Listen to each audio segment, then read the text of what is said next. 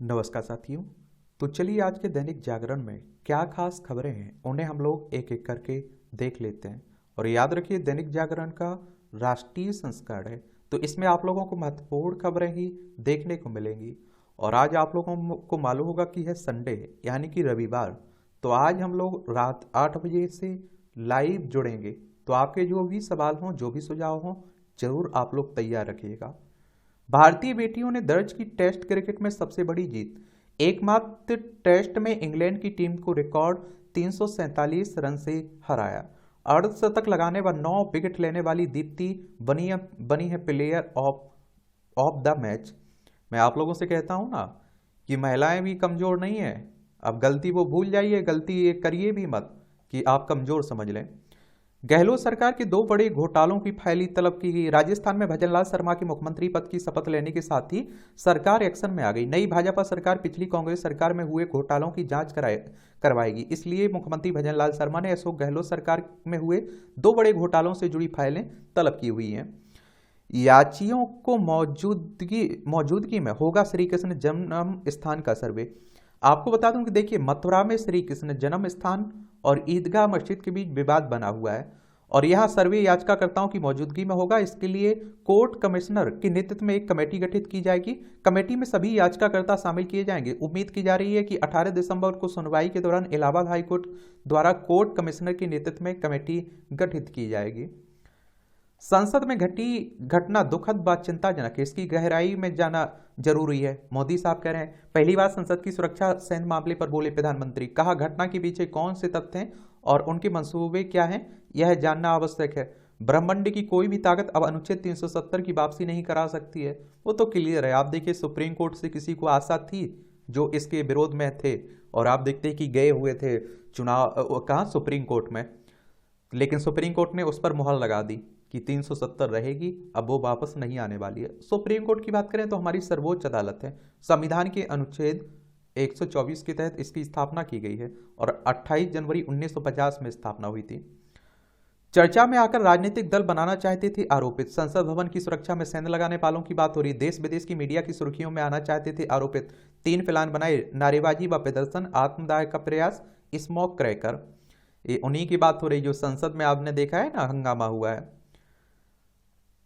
ये आप देखिए, 10 क्षेत्रों में द्विपक्षीय संबंधों को मजबूत करेंगे भारत ओमान। खाड़ी क्षेत्र के देश ओमान के समुद्री तट पर सैन्य अड्डा बनाने की कोशिश में जुटे चीन को अब भारत से कड़े मुकाबले का सामना करना पड़ सकता है। भारत ओमान के बीच शनिवार को हुई उच्च स्तरीय वार्ता में 10 क्षेत्रों का चयन किया गया है और जिसमें द्विपक्षीय रिश्तों को प्रगाढ़ किया जाएगा। और इसमें आप देखते हैं कि समुद्री क्षेत्र व रक्षा सहयोग के क्षेत्र में भी शामिल होगा।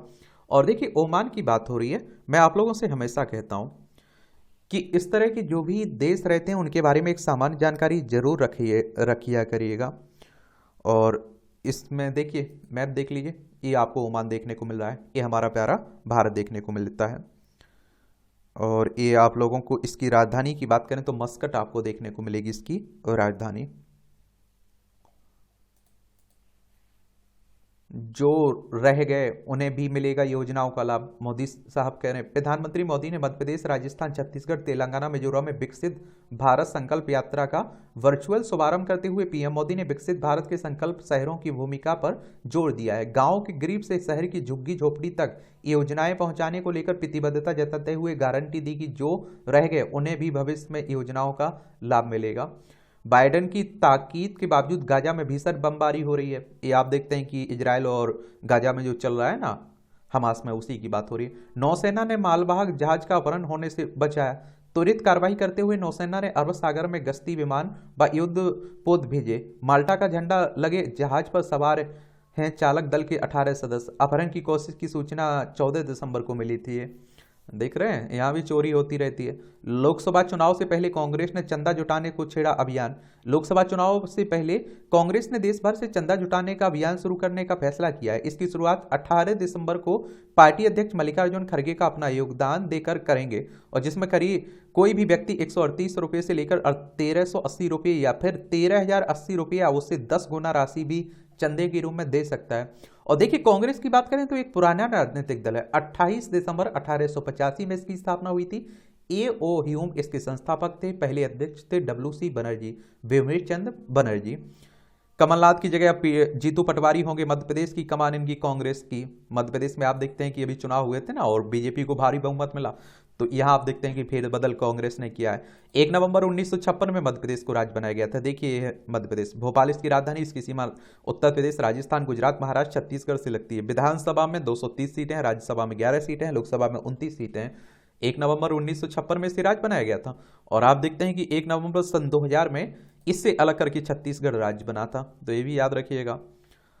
हल्द्वानी में बाल संप्रेषण संप्रेषण गृह की किशोरी से याद दुष्कर्म, 3 बार संप्रेषण गृह से बाहर ले जाई गई किशोरी, महिला अस्पताल और STH में चला उपचार। बाल विकास मंत्री ने महिला अनुसेवक को निलंबित कर होमगार्ड को वापस भेजा, जांच कमेटी की।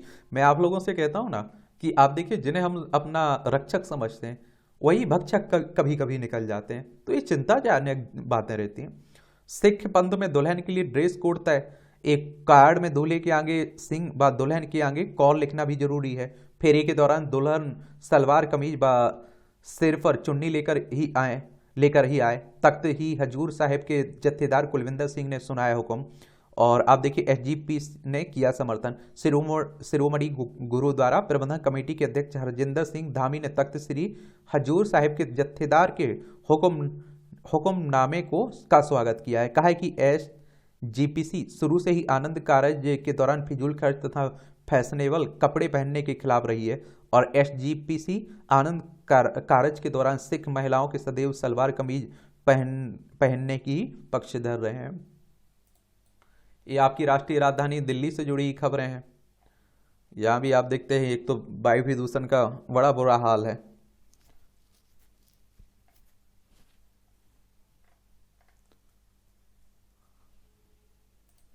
ओमान के साथ अगर आप द्विपक्षीय व्यापार देखें ना, और आप देखते हैं कि PM मोदी और सुल्तान हैतम की वार्ता के बाद जारी संयुक्त बयान में बताया गया कि बढ़ते रक्षा संबंधों को और आगे और मजबूत किया जाएगा। दोनों देश यह स्वीकार करते हैं कि रक्षा क्षेत्र में द्विपक्षीय सहयोग बढ़ाने की जरूरत है।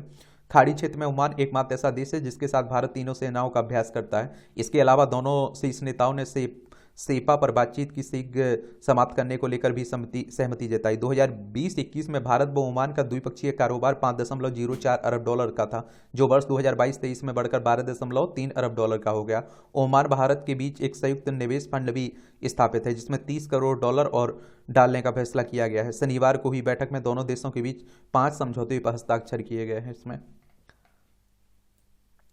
2024 की जनगणना के बाद लागू होगा महिला आरक्षण, ये आप देखिए हमारी वित्त मंत्री साहिबा कह रही हैं। और वही सोचिए, अभी बन चुका है कानून लेकिन अभी लागू नहीं हुआ है, वो परिसीमन 2026 के बाद की बात भी की जा रही है। देखते हैं क्या होता है। और जनगणना की अगर हम बात करें तो 1872 में पहली बार जनगणना हुई थी लॉर्ड मेयो के समय में। नियमित जनगणना जो 10 साल में होती है ना एक बार, ये 1881 से लॉर्ड रिपन के समय से शुरू हुई थी। बिहार सरकार 22,000 शिक्षकों की नौकरी बचाने जाएगी सुप्रीम। पटना हाईकोर्ट ने राज्य के प्रारंभिक विद्यालयों के 22,000 शिक्षकों को आरोग्य करार दिया है ना, तो उसी को लेकर बात हो रही है।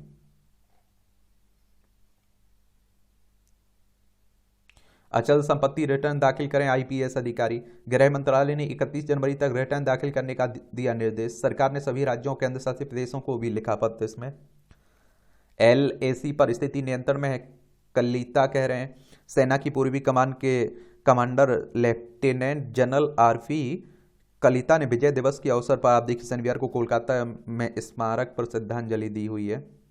LAC यानी कि वास्तविक नियंत्रण रेखा की बात हो रही है, ठीक है।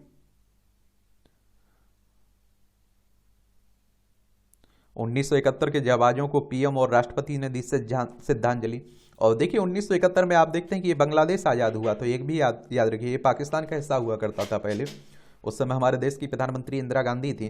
पश्चिम बंगाल हो, असम हो, मेघालय, त्रिपुरा, मिजोरम की सीमा लगती है पश्चिम बंगाल से। किससे? बांग्लादेश से। ऑनलाइन डिग्री दे रही कंपनियों को UGC ने दी चेतावनी। दोषी सभी एड टेक कंपनियों के खिलाफ कार्रवाई की जाएगी। विदेशी विश्वविद्यालयों के सहयोग से ऑनलाइन डिग्री देने का मामला है ना ये। लीड्स 2023 सर्वे में उत्तर प्रदेश लगातार दूसरे वर्ष बना अचीवर प्रदेश। और आप देखते हैं कि उद्योग मंत्रालय की ताजा रिपोर्ट में उत्तर प्रदेश के खाते में फिर उपलब्धि आई हुई है ये। और अचीवर्स 2023 की लीडर्स सर्वे रिपोर्ट में तटीय समूह में आंध्र प्रदेश, गुजरात, तमिलनाडु और कर्नाटक को अचीवर्स श्रेणी बताया गया है। लैंड लॉक समूह में उत्तर प्रदेश, हरियाणा, तेलंगाना और पंजाब शामिल है। पूर्वोत्तर समूह में आप देखिए असम, सिक्किम, त्रिपुरा और जबकि केंद्र शासित प्रदेशों के समूह में चंडीगढ़ और दिल्ली शामिल है। फास्ट मूवर्स में आप देखिए इस श्रेणी के तटीय समूह में केरल केरल व महाराष्ट्र है, जबकि लैंड लॉक समूह में मध्य प्रदेश, राजस्थान और उत्तराखंड राज्यों को शामिल किया गया है। पूर्वोत्तर समूह में अरुणाचल प्रदेश और नागालैंड का नाम शामिल है, जबकि केंद्र शासित प्रदेश समूह में अंडमान निकोबार हो गया, लक्षद्वीप, पुडुचेरी के रखा गया है। स्पायरस में आप देखेंगे इस श्रेणी के लिए तटीय समूह गोवा, उड़ीसा और पश्चिम बंगाल को जगह मिली है, जबकि लैंडलॉक समूह में बिहार, छत्तीसगढ़, हिमाचल प्रदेश और झारखंड को शामिल किया गया। पूर्वोत्तर समूह में मणिपुर और मेघालय, मिजोरम को इस सूची में शामिल किया गया, जबकि केंद्र शासित प्रदेश में दमन द्वीप, दादरा और नगर हवेली, जम्मू कश्मीर, लद्दाख को शामिल किया गया है। ये भी याद रखिएगा। और वाणिज्य उद्योग मंत्रालय की ओर से विभिन्न राज्यों में लॉजिस्टिक्स की सुगमता पर आधारित लीड्स रिपोर्ट प्रत्येक वर्ष जारी की जाती है। इसके जरिए मल्टी मॉडल कनेक्टिविटी, भंडारण क्षमता में सुधार तथा लोगों और सामानों की निर्बाध आवाजाही के स्तर को मापा जाता है।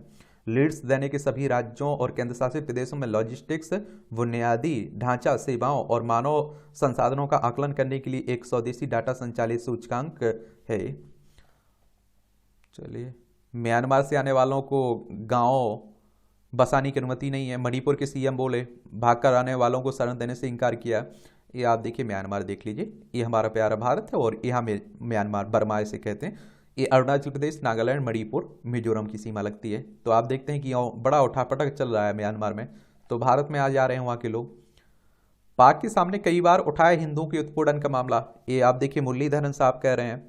और पाकिस्तान में आप देखते हैं कि बंटवारे के बाद जब पाकिस्तान अलग देश बना तो बहुत सारे हिंदू परिवार गए हुए थे, आज कहते हैं कि वो ना के बराबर हैं। या तो उनका धर्म परिवर्तन करवा दिया गया, उन्हें देश छोड़ने के जाना पड़ा, या उन्हें मार दिया गया। ये आप देखिए, सहमति नहीं तो सुप्रीम कोर्ट के निर्देश होंगे लागू। एक केंद्रीय मंत्री बोले नहर मुद्दे पर दोनों राज्यों से 28 दिसंबर को करेंगे चर्चा। पंजाब के मुख्यमंत्री मांग कर चुके हैं, साझेदारी के लिए नहीं है पानी, कह चुके हैं। ये आप देखेंगे, जो आप देखिए सतलज यमुना लिंक नहर की बात है ना, उसी की बात हो रही है। ये आप देखेंगे आपकी राजनीति से जुड़ी खबरें हैं।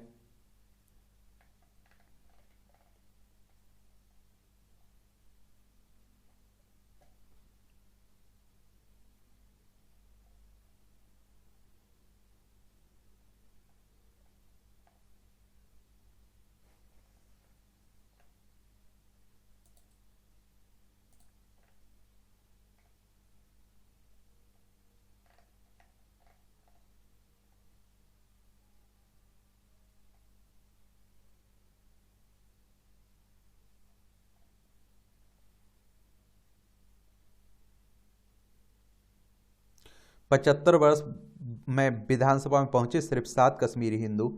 अब गूंजेगी आवाज, 2 सीट आरक्षित करने के केंद्र के निर्णय से कश्मीरी हिंदुओं का बड़ा विश्वास।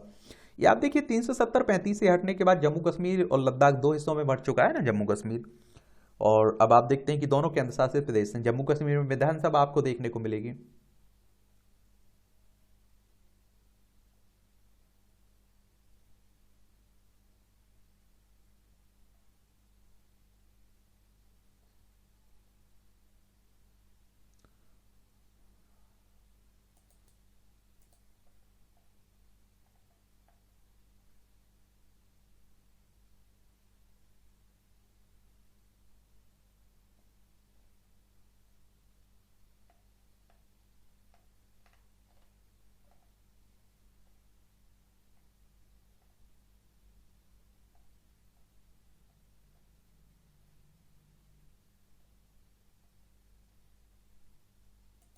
ये रविवार विशेष है, आज संडे है ना, तो पर्यावरण संरक्षण को आधार दे रहा है हरित भवन।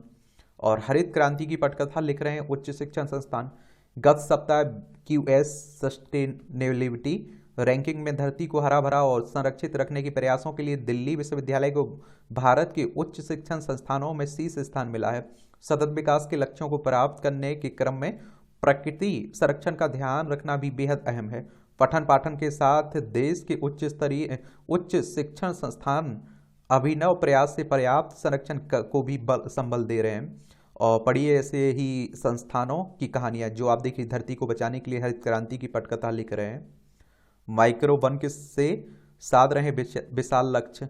माइक्रो वन बनाकर जेएनयू जलवायु को स्वच्छ रखने में आप देखिए निभा रही अहम भूमिका।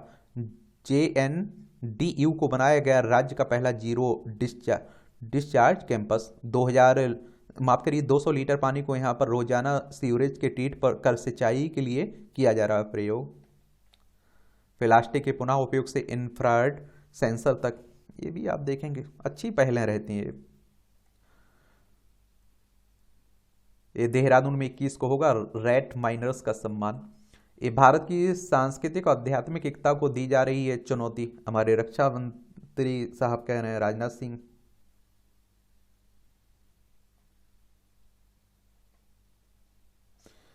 आईटीबीपी में मीट चिकन की खरीद में 70 लाख का घोटाला। सीबीआई ने आईटीबीपी के कमांडेंट समेत 6 के विरुद्ध दर्ज किया है केस। और 2017 से 2019 के दौरान हुआ है घोटाला, बिलों में मिली ओवर राइटिंग। देख लीजिए सीबीआई की अगर हम लोग बात करें तो सेंट्रल ब्यूरो ऑफ इन्वेस्टिगेशन की बात कर रहा हूं। और इस तरह की संस्थाओं के बारे में भी याद रखा करिएगा। इसकी स्थापना कब हुई थी? 1 अप्रैल 1963 में नई दिल्ली का हेडक्वार्टर देखने को मिलेगा। आईटीबीपी मतलब भारत तिब्बत सीमा पुलिस की बल की बात हो रही है।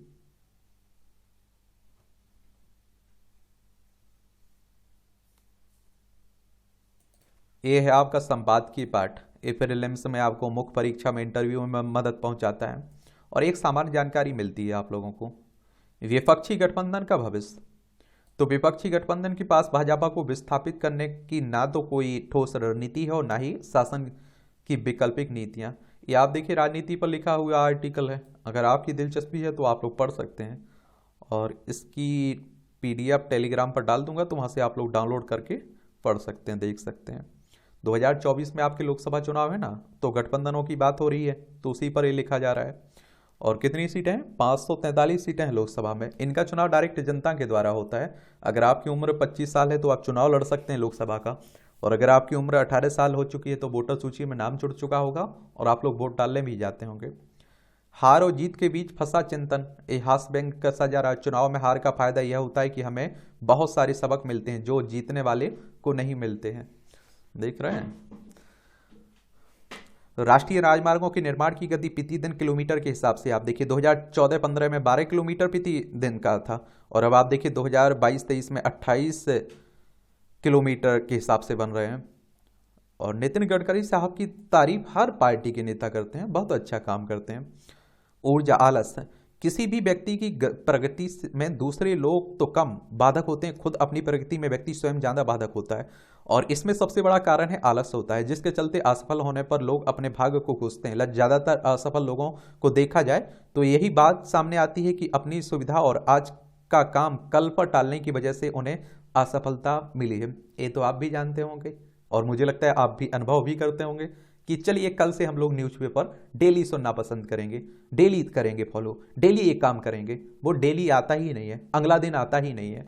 तो मैं कहता हूं कल करिए सो अभी से शुरू कर दीजिए और इसी वक्त से शुरू कर दीजिए, वो कल कभी नहीं आता है। और एनसीईआरटी किताबें आप लोग कहते हैं अरे अगले महीने से पढ़ेंगे, फिर पढ़ेंगे, वो पूरा टाइम खत्म हो जाएगा, समय रहते हुए पढ़िएगा। भाजपा की तैयारी, राजनीति पर लिखे जाते हैं तो ज़्यादा जरूरी नहीं रहती। औद्योगिक विकास की राय।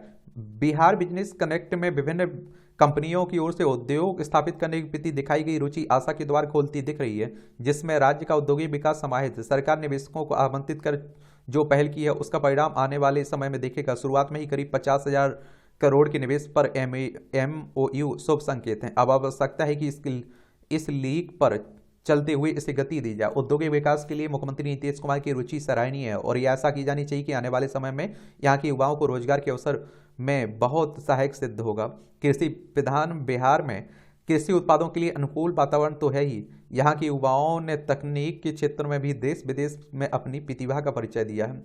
और आप देखते हैं कि उन प्रतिभाओं का उपयोग यहाँ निश्चित रूप से हो सकेगा जहां सब मध्य क्षेत्र के उद्योग धंधे स्थापित होंगे। यह सकारात्मक संदेश है। देश विदेश के उद्यमियों ने यहां निवेश में रुचि दिखाई। इसके बाद के चरण में उद्योगों की स्थापना की प्रक्रिया महत्वपूर्ण है, इसका ध्यान रखना होगा। इसमें किसी प्रकार की परेशानी नहीं आए।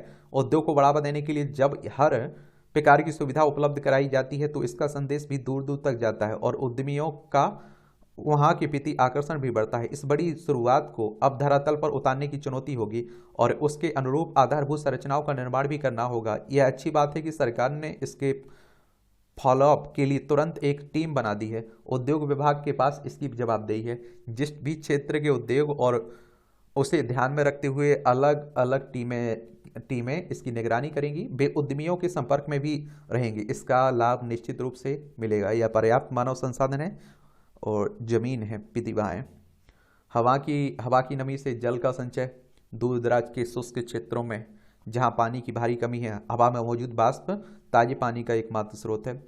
पृथ्वी पर सिर्फ 3% पानी ही स्वच्छ है, जिसमें से 2.5% पानी ग्लेशियरों, ध्रुवीय बर्फीली टोपियों और वायुमंडल और मिट्टी में कैद है। सिर्फ 0.5% जल ही स्वच्छ जल के रूप में उपलब्ध है। और अब बदलती जलवायु और बढ़ते प्रदूषण ने कई लोगों के लिए स्वच्छ पेयजल की उपलब्धता को और कम कर दिया है। दुनिया में 2.2 अरब से अधिक लोगों को पानी की कमी वाले देशों में रहते हैं। संयुक्त राष्ट्र का अनुमान है कि हर साल 35 लाख लोग पानी से संबंधित बीमारियों के कारण अपनी जान गंवा देते हैं। 35 लाख, सोच रहे हैं? संयुक्त राष्ट्र यानी कि यूनाइटेड नेशंस कह रहा है। 24 अक्टूबर 1945 में इसकी स्थापना हुई थी और न्यूयॉर्क यूएसए में इसका हेडक्वार्टर देखने को मिलेगा।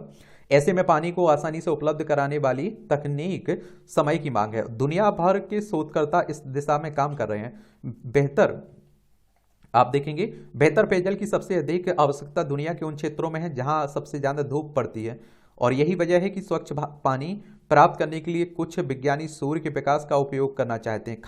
खारे पानी को स्वच्छ जल में बदलने के लिए अलवणीकरण संयंत्र उन क्षेत्रों में संभव है जो तटों के करीब हैं, लेकिन दूरदराज के शुष्क क्षेत्रों में जहां पानी की भारी कमी है, हवा में मौजूद वाष्प ताजे पानी का एकमात्र स्रोत है। और चीन के शोधकर्ताओं ने एक नई सौर ऊर्जा संचालित वायुमंडलीय जल संचयन तकनीक विकसित की है जो शुष्क क्षेत्रों में लोगों को जीवित रखने के लिए पर्याप्त मात्रा में पीने का पानी उपलब्ध कराने में मदद कर सकती है। इस तकनीक का उपयोग दैनिक जल आपूर्ति बढ़ाने के लिए किया जा सकता है। वायुमंडल से पानी निकालना कोई आसान काम नहीं है। इसके लिए विज्ञानी हाइड्रोजेल पॉलीमर और नमक का उपयोग करते हैं, लेकिन शोधकर्ताओं को हाइड्रोजेल में नमक प्रविष्ट करते समय कई चुनौतियों का सामना करना पड़ा और क्योंकि नमक का अधिकांश अंश हाइड्रोजेल के फूलने की क्षमता को कम कर देता है। इससे नमक का रिसाव होता है और हाइड्रोजेल की पानी सोखने की क्षमता कम हो जाती है। शोधकर्ताओं ने नए प्रयोगों में पाया कि जब 1 ग्राम पॉलीमर में 5 ग्राम तक नमक गया तो जल अच्छी तरह से फूल गया और उसमें नमक को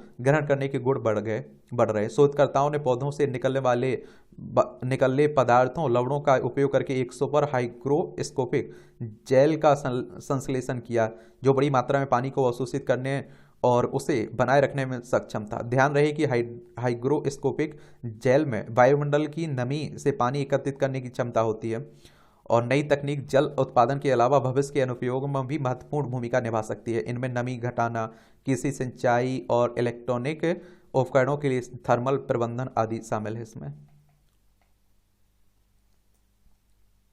ये भी टिप्पणियां रहती हैं, देख सकते हैं। बढ़ती ढलती उम्र का गणित। राजनीति हो या सिनेमा, दोनों में ही उम्र का बहुत महत्व है। वैसे राजनीति में नेतृत्व कमजोर हो तो पीढ़ीगत बदलाव करने की स्थिति में कई बार विद्रोह के स्वर भी उभरते हैं, परंतु नेतृत्व के सबल होने की दशा में यह परिवर्तन सहज प्रतीत होता है। हालिया विधानसभा चुनाव में परिणाम के बाद कुछ राज्यों में ऐसा देखने को मिला। वहीं फिल्मों में पीढ़ीगत बदलाव तब दिखता है जब दर्शक किसी अभिनेता को निरंतर नकारते रहते हैं। ऐसे में प्रासंगिक बने रहने के लिए व्यक्ति को समय के अनुसार अपनी भूमिका बदल लेनी चाहिए।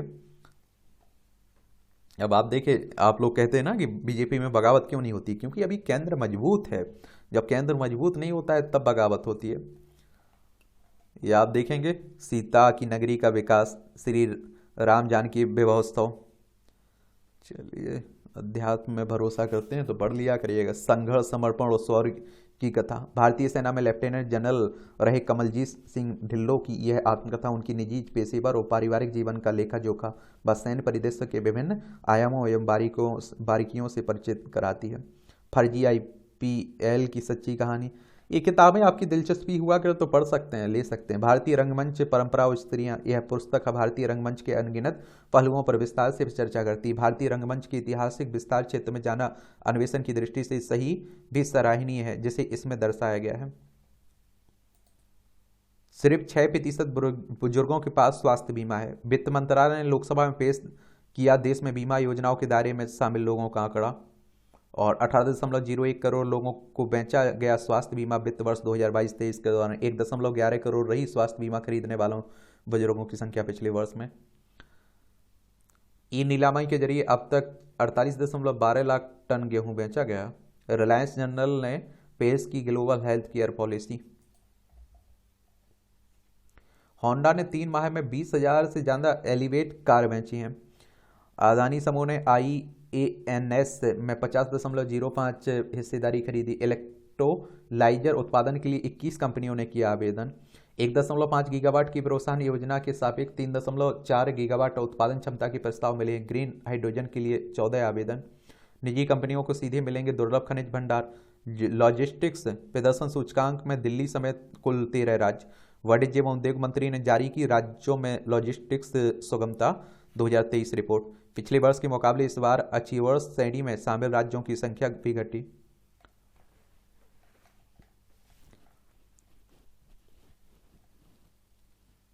ये आपकी अंतर्राष्ट्रीय खबरें हैं। आतंकियों उनके मददगारों के प्रति शून्य सहिष्णुता की नीति अपनाएं। रुचिरा कंबोज कह रही है, संयुक्त राष्ट्र में भारत की स्थायी प्रतिनिधि है ना, वही कह रही हैं। स्वतंत्र उम्मीदवार के रूप में राष्ट्रपति चुनाव लड़ेंगे पुतिन। रूस में न्यूयॉर्क का म्यूजियम कंबोडिया को लौटाएगा हिंदू देवी देवताओं की मूर्तियां। क्रिसमस के लिए सज्जा वेटिकन का सेंटर पीटर स्क्वायर। या आप देखिए, अमेरिका में इस सीजन इन्फ्लुएंजा ने ली 2300 लोगों की जान।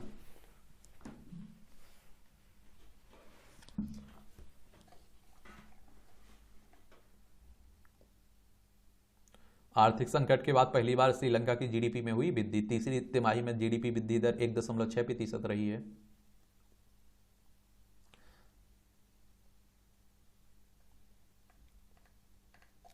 कुवैत के शासक शेख नवाफ का निधन हो गया। प्रधानमंत्री मोदी ने दुख व्यक्त किया। एक दिन के लिए राजकीय शोक की भी बात हो रही है। 86 वर्ष में इनकी डेथ हो गई है। वह 2021 में कुवैत के वास्तविक शासक हैं। 2021 से सितंबर 2020 में अमीर बने थे वो। ईयू का फंड रोकने के बाद रूस और यूक्रेन ने एक दूसरे पर किए ड्रोन हमले। रूस यूक्रेन के बीच युद्ध चल रहा है। देखिए, यूक्रेन है, रूस है, हमारा प्यारा भारत है। संडे तो ऐसे ही खबरें आती हैं, समझ रहे हैं, कोई मत। आयुष सतीश के बीच होगा फाइनल मुकाबला। विश्व जूनियर चैंपियनशिप के कांस्य पदक विजेता आयुष शेट्टी ने शनिवार को यहां इंडोनेशिया के अलवी फरहान को 3 गेम तक चले रोमांचक मैच में हराकर Orissa masters super 100 badminton tournament के पुरुष सिंगल्स के फाइनल में प्रवेश किया है।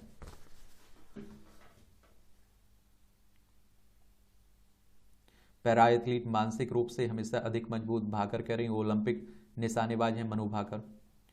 अमन ने जीता किताब। अमनराज ने चौथे दौर में 4 अंडर 66 का कार्ड खेलकर जयपुर ओपन गोल्फ के रोमांचक मुकाबले को एक शॉट की बढ़त से शनिवार को यहां अपने नाम कर लिया है। कांस्य पदक के मैच में स्पेन से हारी भारतीय जूनियर हॉकी टीम। हरियाणा ने पहली बार जीती विजय हजारे ट्रॉफी, ये भी याद रखिएगा।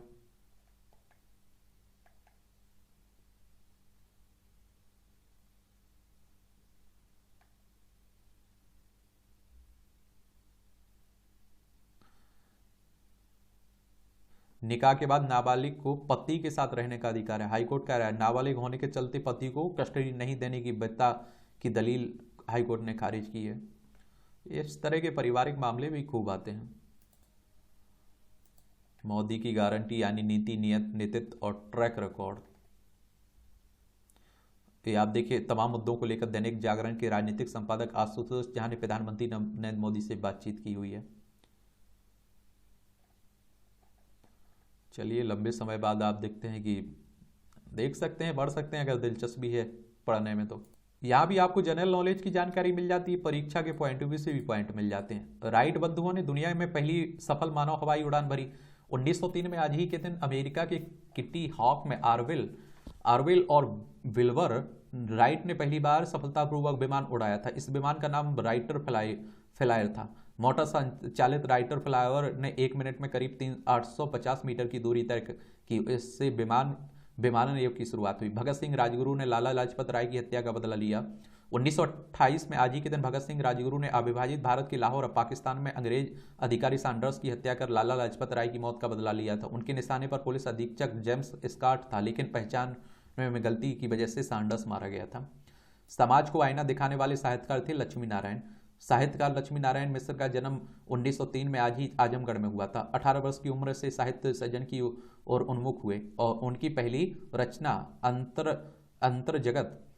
अंतर जगत 1921-22 में प्रकाशित हुई। लक्ष्मी नारायण परंपरा से हटकर आप देखते हैं कि सामाजिक समस्याओं को कैद में रखकर नाटकों की रचना के लिए जाने जाते थे। अशोक सन्यासी, राक्षस का मंदिर, मुक्ति का रहस्य, सिंदूर की होली जैसे कई समस्या प्रधान नाटकों की रचना की। अशोक वन विलय के पंख पर उनके विख्यात एकाकी संग्रह। सरसों तेल से बनेगा वनस्पति घी, सेहत के लिए भी मुफीद। HBTU के फूड टेक्नोलॉजी विभाग के इंजीनियर्स ने सोया और सरसों तेल से तैयार किया घी, और अब सरसों के तेल से बन सकेंगे केक और मिठाई। स्वास्थ्य भी रहेगा दुरुस्त। क्यों विशेष है HBTU का ओलियोजिलेशन शोध।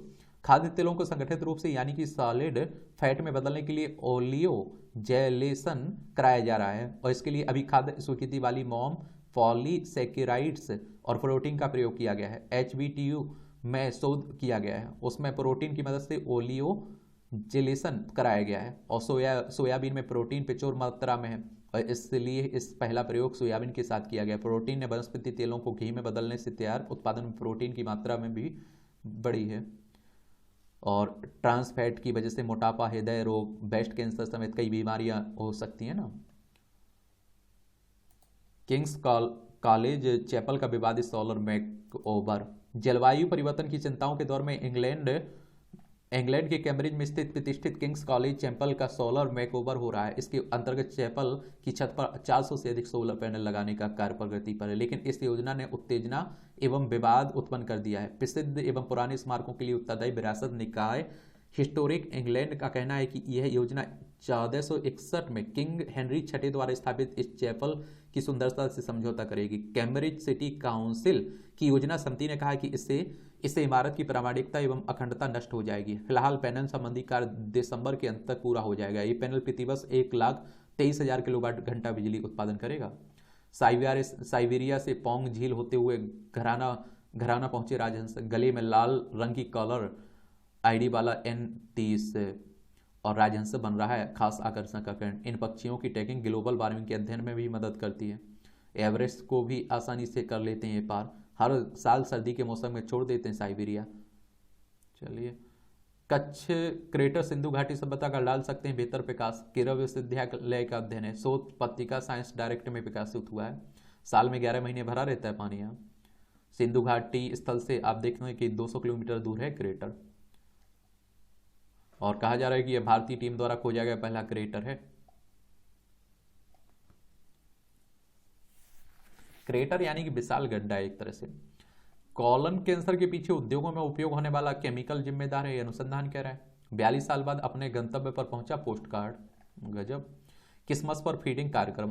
क्रिसमस फीडिंग प्रदर्शन के दौरान जापान की राजधानी टोक्यो में स्थित सनशाइन एक्वेरियम में मछलियों की फीडिंग कराता सांता क्लॉज। पोशाक पहने गोताखोर। देखिए, ये मूवियों से जुड़ी खबरें पढ़ना हो तो पढ़ सकते हैं। तो इस तरह से आप देखेंगे कि आज के न्यूज़पेपर की कहानी खत्म होती है। आप लोग पढ़ते रहिए, एंजॉय करते रहिए। आपका कोई सवाल हो, सुझाव हो तो आप जरूर भेज सकते हैं। ठीक है, धन्यवाद।